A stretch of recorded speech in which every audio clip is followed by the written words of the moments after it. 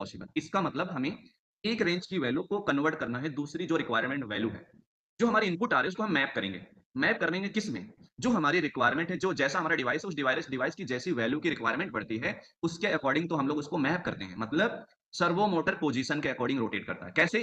0 to 180 degree position. तो हम लोग क्या करते हैं, जो भी पोटेंशियोमीटर की वैल्यू आई है, ये जॉयस्टिक की वैल्यू आती है, उसको हम लोग मैप कर लेते हैं। किसमें? एंगल में। तो मैप कैसे किया जाता है इसकी वैल्यू? यहाँ पे आते हैं, एंटर करते हैं। ठीक है, इसकी वैल्यू को मैप करते हैं। तो मैप देखो 0 से 180 डिग्री इंटीजर वैल्यू है, मतलब इसकी वैल्यू इंटीजर के फॉर्मेट में मैप करना है। तो इंट इसको बोलते हैं, पाइथन में टाइप कन्वर्जन भी बोल सकते हैं। इंट ये हमारा टाइप कन्वर्जन या फिर मैपिंग फंक्शन भी कह सकते हैं। तो इसको जो भी वैल्यू इसके अंदर डालोगे, वो कैलकुलेशन वगैरह होने के बाद इंटीजर वैल्यू प्रोवाइड करेगा। तो क्या करना है, ध्यान से सुनिएगा। यहाँ पे एक ब्रैकेट के अंदर एक्स वैल्यू नाम के वेरिएबल में जो डेटा है, ठीक है, उसको डिवीजन करना है किससे? जॉयस्टिक की मैक्सिमम वैल्यू, पोटेंशियोमीटर की मैक्सिमम वैल्यू आती है 65,535। ठीक है, उसके बाद इसको मल्टीप्लाई करते हैं कितने से? पिछली क्लास में बताया था, हम लोग इसको मल्टीप्लाई कर देंगे 180 से, क्योंकि इसका मैक्सिमम रेंज 180 तक जाएगा। तो हमने क्या किया, एक्स वाले वेरिएबल में जो भी एक्स एक्सिस के अकॉर्डिंग पोटेंशियोमीटर की वैल्यू के अकॉर्डिंग इसको हमने मैप कर लिया। इस वेरिएबल में जो भी डेटा है इसको मैंने मैप कर लिया। मैप करने के बाद इसको हम लोग स्टोर कर लेंगे। तो यहाँ पे एक्स एंगल नाम के वेरिएबल में स्टोर कर लिया। तो रिलेवेंट लिखते हैं हर चीज, ठीक है। एक्स ऐसा वेरिएबल बनाते हैं जो रिलेवेंट हो, तो समझना सके, आसान हो, पढ़ के भी कोई भी समझ सके, आप समझो मैं समझो।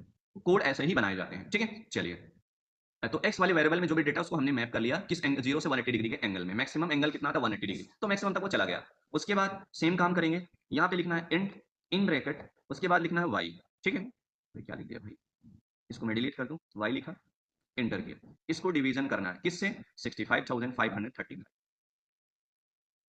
इसको हम लोग मल्टीप्लाई करेंगे किससे? 180 डिग्री से। ये भी हमारा कन्वर्ट हो गया। इसकी भी वैल्यू हम लोग स्टोर कर लेंगे। कहाँ स्टोर करेंगे? एक वेरिएबल से। तो वेरिएबल रिलेवेंट बना लेते हैं, एक्स वाई एंगल नाम के वेरिएबल में।